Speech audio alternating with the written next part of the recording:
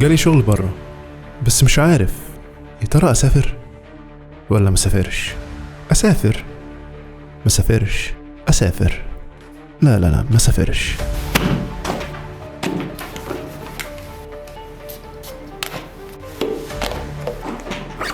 اسافر.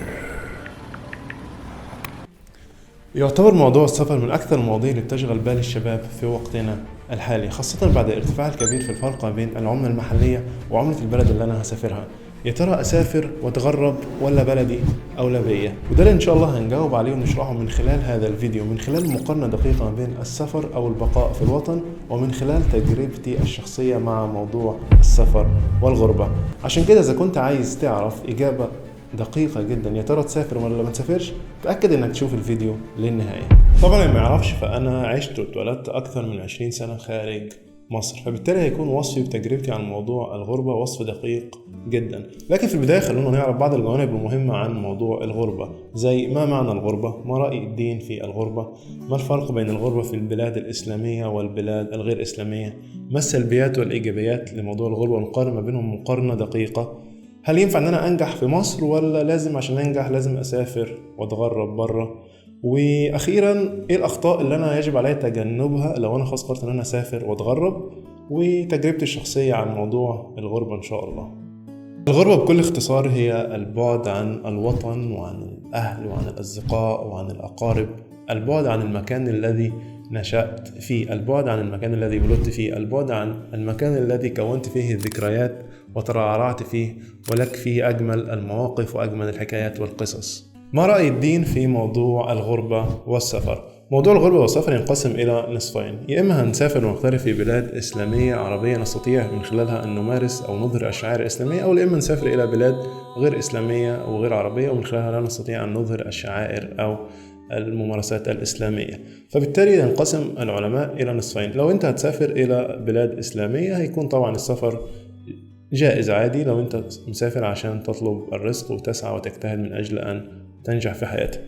طيب الرأي الثاني، لو أنت هتسافر إلى بلد غير مسلمة، وهنا العلماء قالوا لو أنت تخشى على نفسك ولا تأمن على نفسك من السفر لهذه البلاد وأن أنت مش قادر تظهر أو تقيم الشعائر الإسلامية، فساعتها بيكون السفر غير جائز والله أعلم. طبعا هذا الرأي وفقا لإسلام ويب وابن باز وابن عثيمين، وهسيب لكم اللينك في أسفل الفيديو اللي حابب يتأكد ويقرأ المقالة بنفسه.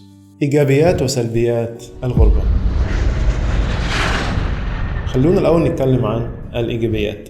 من أهم الإيجابيات اللي بتحصل لما الإنسان يغترب ويعمل في الخارج هي الوصول إلى مستوى مادي أفضل، واللي الصراحة بينعكس على أمور كتير جدا وإيجابيات كثيرة جدا، زي إن لو الشخص مقبل على الزواج ده بيسر له موضوع الزواج وموضوع تكوين المنزل وتكوين الأسرة وكل المتطلبات من الزواج. ولو كان هو شخص متزوج فده بيوفر له موضوع النفقة على أسرته وتلبية رغبات واحتياجات أسرته، وده كله بينعكس على صحة الرجل النفسية، لأن إذا كما أنتم عارفين إن من غريزة الرجل إن الرجل لازم يكون مسؤول عن حد ولازم يصرف على هذا الشخص ويلبي له جميع رغباته وجميع احتياجاته، وده اللي يمكن بيحقق كينونة الرجل أو بيخليه حاسس بدوره وأهميته في هذه الحياة، خاصة لو كان هو كمان بيساعد والده ووالدته وأسرته الأكبر إخواته وما إلى ذلك. فبالتالي ده كله بينعكس على صحته النفسية وبيخليه يحس بأهميته ودوره في الحياة. وأغلب هذه الفوائد لا يتحقق إذا كان الأسرة كلها في غربة، فساعتها مستوى المعيشة هيكون مرتفع جدا وما يستطيع الإنسان ادخاره هيكون جزء بسيط جدا، فلما بيرجع لوطنه بيلاقي نفسه خالي أو لفاض، أو لإما ساعتها هيضطر يعيش في تقشف شديد جدا جدا عشان يدخر جزء من المال يعيش بيه الحياة اللي هو مستنيها لما يرجع بلده. طبعا بعد ما قلنا الإيجابيات أكيد الكل دلوقتي رايح يحضر شنطته ويحضر حاجاته علشان يسافر. طيب يا صديقي العزيز، قبل ما تسافر يا ريت تاخد المعلومات دي تسمعها معاك وانت في الطيارة، بس اوعى تلغي رحلتك. ما هي سلبيات الغربة؟ رقم 1، الانقطاع عن أعز وأقرب الناس إليك أثناء الغربة. رقم 2، قد تفقد أعز الناس عليك وانت في الغربة، وبالتالي انت مش هتشوفه تاني، وبالتالي حتى انت مش هتكون موجود في العزا بتاعه ولا هكون حاضر في حاجة مهمة زي كده. رقم 3، الحرمان من الأهل والأبناء أو الأولاد. يعني تسافر وابنك عنده سنة ترجع تلاقي ابنك عنده سنتين، فاتك لحظات مهمة من مراحل نموه، فاتك ذكريات جميلة كانت هتكون معاه. فاتك ان هو يمكن ما يعرفش يقول بابا، او ممكن بيقول بابا لحد تاني. ابنك كان محتاج يحس بالامان ويحس بشعور الاب ويحس بالحنان والامان اللي بيستمد من الاب، بس ابنك ما حسش بالشعور دوت. ممكن كمان لو السفر طول جدا ترجع تلاقي اولادك مش عارفينك مثلا، او ترجع تلاقي الناس او الحنان اللي كان موجود ما بينك وبين ناس كتير ليك مبقاش موجود زي الاول بسبب السفر والبعد عنهم. رقم 4، عادات سيئة أو سلوكيات سيئة قد تنشأ أثناء الغربة بسبب شعور الإنسان بالألم وشعور الإنسان بالاكتئاب، فبيحاول إن هو يعمل أي حاجة علشان ينسى هذا الألم وهذا الشعور السيء. رقم 5، عدم الشعور بالاستقرار والأمان، لأنك عارف في أي وقت ممكن الشغل اللي أنت شغال فيه دوت يتخلى عنك ويمشوك من غير أي سابق إنذار، فترجع خالي الوفاض وأنت ما كنتش عارف إن أنت هتمشي.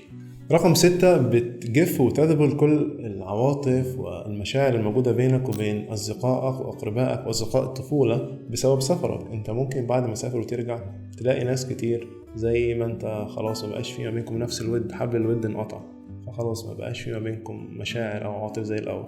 رقم 7، ودي نقطة مهمة جدا، فأنت مش قادر تعيش حياتك بالشكل الطبيعي لأنك عمال تدخر وتوفر كل قرش وكل مليم علشان لما ترجع تعيش بلدك، ترجع تعيش حياتك العادية أو حياتك اللي أنت مستنيها، يكون عندك ادخار أو عندك مستوى مادي معين تعيش بيه هذه الحياة. فبس أنت للأسف مش عارف أنت أصلا هترجع إمتى، وكمان أنت ممكن تفضل عايش عمرك في الحالة ديت وما ترجعش خالص، فأنت هتعيش حياتك إمتى؟ رقم 8، وهو عكس النقطة السابقة، انك لو عشت حياتك بالشكل الطبيعي من غير ما تتدخل، من غير ما تعمل حساب لما ترجع بلدك، الحياة الطبيعية العادية، عايش حياتك طبيعي، هتلاقي نفسك راجع بلدك خالي الوفاض، هتلاقي نفسك راجع بلدك من غير ما تعمل اي حاجة، هتلاقي نفسك زي ما بيقولوا تيتي تيتي، زي ما رحتي زي ما جيتي. فيا كده يا كده، لان ما ينفعش في النص، لان الحياة في هذه الدول مش زي مصر. الحياة في هذه الدول غالية، مستوى المعيشة هناك غالي، فعلشان تعيش حياتك الطبيعية اللي انت بتعيشها في مصر هتكون لا تدخر اي شيء. رقم 9، لو ولادك او ابنائك اتولدوا خارج بلدهم، خارج مصر مثلا في مثالنا، هتلاقي ان اولادك فيما بعد لما يرجعوا بلدهم وطنهم الاصلي بيعانوا من بعض المشاكل مع التأقلم، مع صعوبة الحياة، مع ان هم مش عارفين هويتهم الحقيقية ايه. فهتكلم عن الموضوع ده بتفصيل اكتر وانا بحكي عن تجربتي الشخصية. كل ده بس صديقي العزيز بتاخد في ايه؟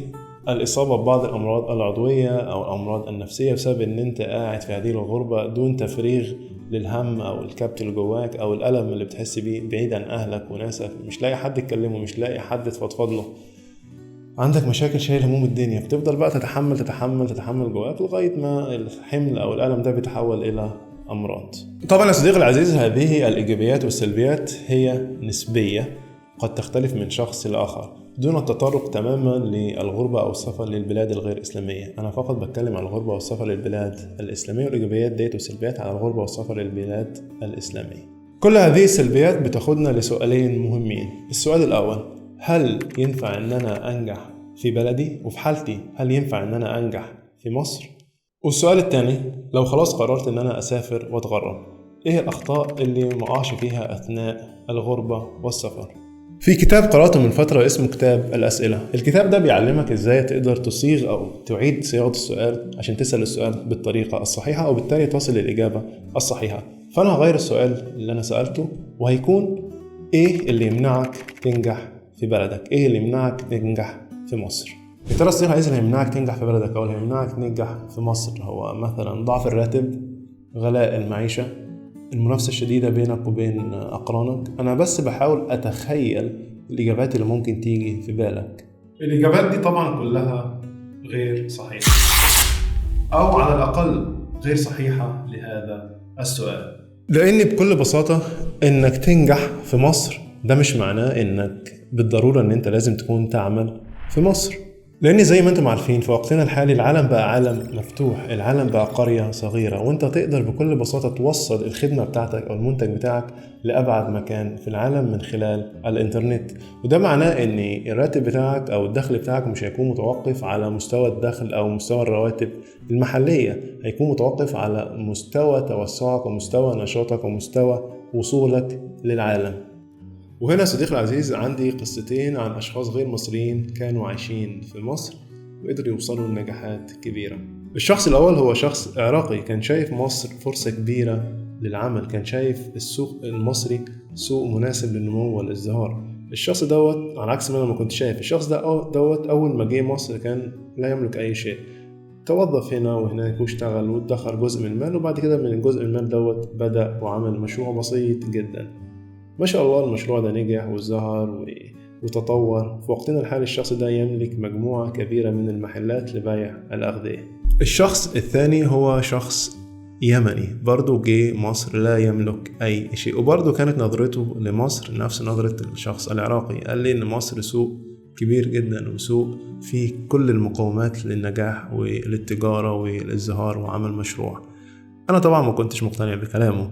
الشخص دوت في البداية ما كانش يملك أي شيء، بدأ واشتغل وطور نفسه واشتغل أونلاين وجمع مبلغ بسيط جدا، أعتقد $4000. هو جمع المبلغ ده من خلال العمل أونلاين. بعد كده دخل خد $4000. أنا قلت خلاص يعني أنت عندك مصدر رزق في الأونلاين، خليك بقى في الأونلاين واشتغل. هو كان طبعا نظرته أوسع من كده بكتير، كان عايز المبلغ دوت، أنا بقول مبلغ بسيط كناية على الحاجة اللي هو وصل لها دلوقتي. ابتدى يشتغل وابتدى يجمع وحط المبلغ دوت في مشروع صغير. كان المشروع ان هو بيجيب حاجات وبيبيعها خارج مصر. طبعا حاجات في مصر هنا رخيصة، بيجيب الحاجات في مصر وبيبيعها خارج مصر في دول الخليج. وما شاء الله $4000 الآن أصبحوا قيمة مشروعه السوقية $500,000. سألت مرة قلت له خلاص بما اني ربنا فتحها عليك ما شاء الله مشروعك نجح، انت ليه ما تسافرش وتعيش برا مصر؟ رد عليا بالحرف نفس اللي انا هقوله ده، قال لي يا احمد البلد ديت فيها فرص واستثمارات غير طبيعية. طبعا اكيد جه في بالك دلوقتي لا انا عايز نموذج شبيه بي، انا عايز شخص عايش في بلده ونجح في بلده، عايز شخص مصري نجح في مصر. في نماذج كتير وفي قصص كتير، وعندي أصدقاء شخصيين نجحوا داخل مصر في هذه الظروف الصعبة، لكن أنا قصدت أختار أشخاص غير مصريين لأني أكيد كانت تجربتهم كانت ظروفهم أصعب من شخص عايش في بلده ونجح في بلده. ولا يمكن هم نجحوا علشان هم في غربة، وده اللي ولد لهم الدافع للسعي للنجاح، غير إحنا اللي قاعدين في بلدنا قاعدين مستقرين قاعدين مطمئنين قاعدين في الحاجة اللي بنسميها الإحساس بالأمان، الكومفورت زون. والله يمكن يكون دوت أحد الأسباب، ويمكن ده كمان أحد دواعي السفر، إن الإنسان يحاول يخرج من الكومفورت زون، منطقة الراحة. الإنسان يحاول إن هو يكون مستقل في حياته علشان يعتمد على نفسه ويكون مسؤول عن نفسه. يمكن دي أحد الأسباب النفسية، ويمكن ده اللي بيفسر ل 90% من الناجحين حول العالم نجحوا في ظروف مؤلمة جدا وظروف قاسية جدا، وده اللي اتكلمنا عنه وناقشناه في فيديو كامل. لكن احنا هنا تحديدا بنتكلم عن موضوع الغربة، وان السفر بيخلي الانسان يخرج من الكومفورت زون ويخرج من منطقة الراحة وبيكون معتمد ومسؤول عن نفسه وعن حياته. طيب لو انا خلاص قررت ان انا اسافر واغترب، ايه الاخطاء اللي لازم اتجنبها ولازم ما اعملهاش اثناء السفر واثناء الغربة؟ وهنا صديقي العزيز انا مش هتكلم من واقع تجربتي انا الشخصية، لكن انا هستعين بتجربة احد الاصدقاء اللي بمر بهذه التجربة الان وحاليا.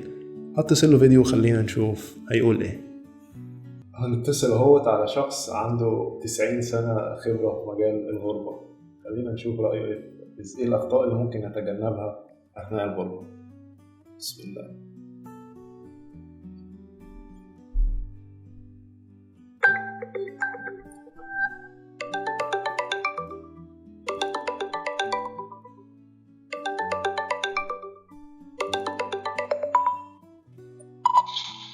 مرحبا ومسهلا. الله حيا النوخة. عساك طيب يا اخوي. والله بخير. ايوه طول عمرك علومك الشيخ. والله بخير. النوخة ده انت الان على الهوا. عندنا سؤال محير الناس اللي عايزة تسافر. ايه الاخطاء اللي يقدروا يتجنبوها اثناء الغربة؟ لما حد عايز يسافر ويسافر خلاص، هو خلاص خد قرار السفر، ايه الاخطاء اللي ما يعملهاش بقى في رحلة الغربة دي؟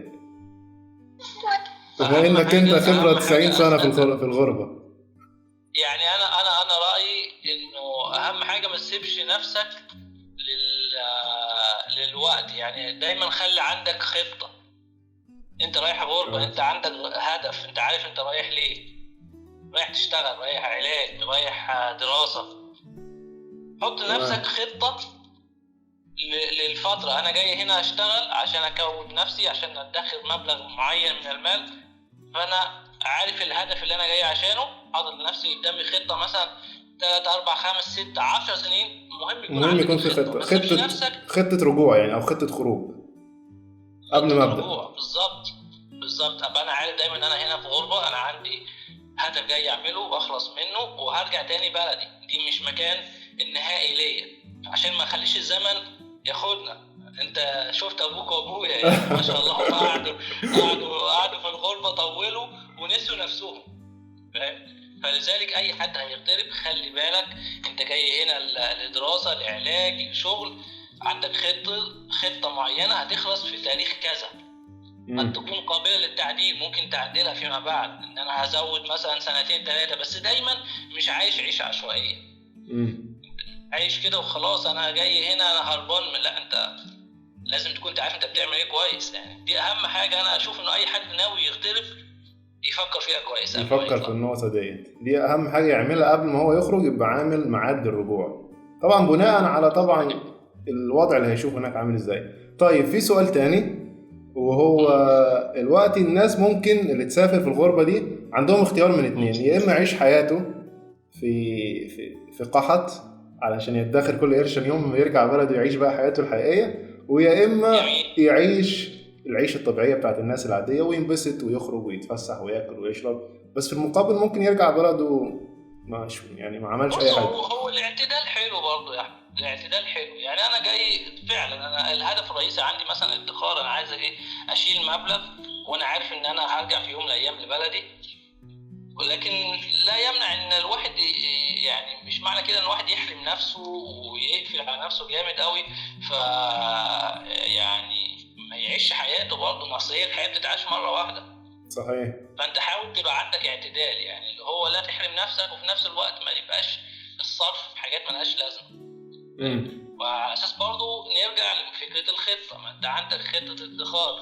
انا في 2000 مثلا، دلوقتي في 2025 داخل عليها 2030 انا في بلدي معايا المبلغ المعين اللي هقدر يامن مستقبلي. فاهم؟ فانت عيش حياتك بقدر المعقول يعني. فاهم؟ يعني تقصد ان في معادله ان الواحد يقدر يخليه يعيش سعيد في الغربه بس ويدخر برضه، ويقدر ان هو يدخر. صحيح بالظبط. يعني حتى يعني ممكن تاخد كورسات، وممكن مثلا تصرف على نفسك. مش بس الصرف ان انت تصرف على نفسك في الرفاهيات، انت ممكن تصرف على نفسك في انك تطور نفسك. تحرمش نفسك حتى في مجال التعليم والتطوير.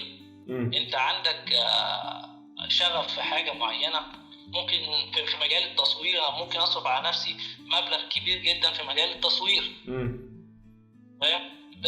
يعني ده برضو ما تبخلش على نفسك، ما تقولش لا يا عم انا اصرف في كلام. لا، عادي جدا الواحد ممكن يصرف على نفسه في ان هو يطور ذاته ويطور من نفسه عشان لما يرجع بلده يبقى حاجة كويسة يعني. صحيح. وممكن برضه يساعده ان هو يكون عنده مصدر دخل اضافي اثناء الغربة، ان هو اكتسب مهارات جديدة او كده.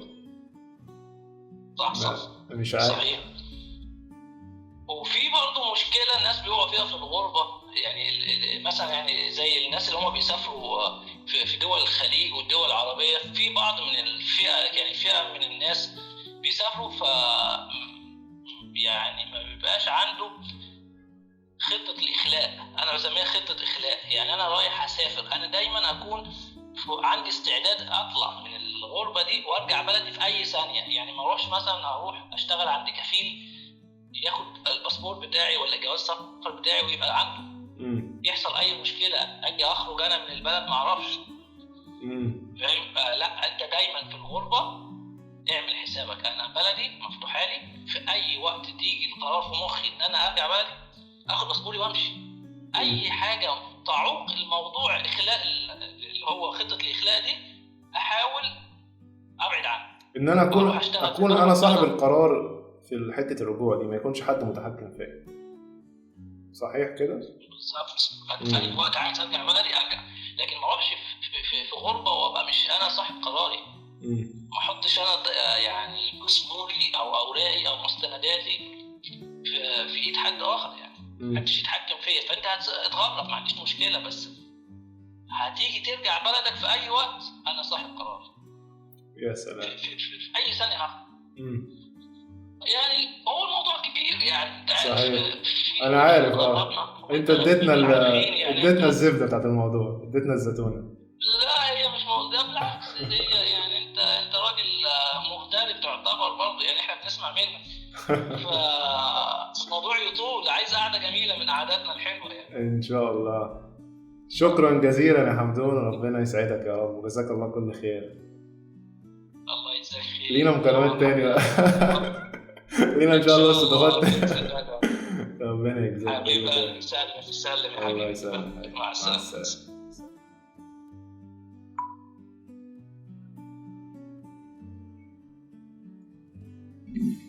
طبعا يا جماعة رأي اهو من واحد في قلب الغربة، عايش جوه الغربة نفسها، تجربة فعلية. وقال طبعا من غير أي تحضير، ده رأيه على طول جاهز. تقريبا أشار لأهم النقاط المهمة اللي لازم تاخد بالك منها، وبدام انت قررت خلاص تغترب، خاصة في البلاد العربية زي دول الخليج.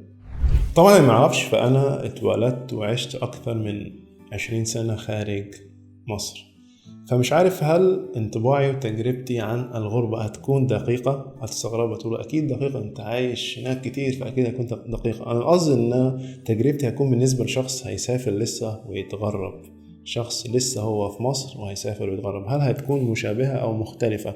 لأن زي ما شفنا تعريف الغربة كان هو البعد عن الوطن والأهل والأصدقاء وذكريات الطفولة والأقارب.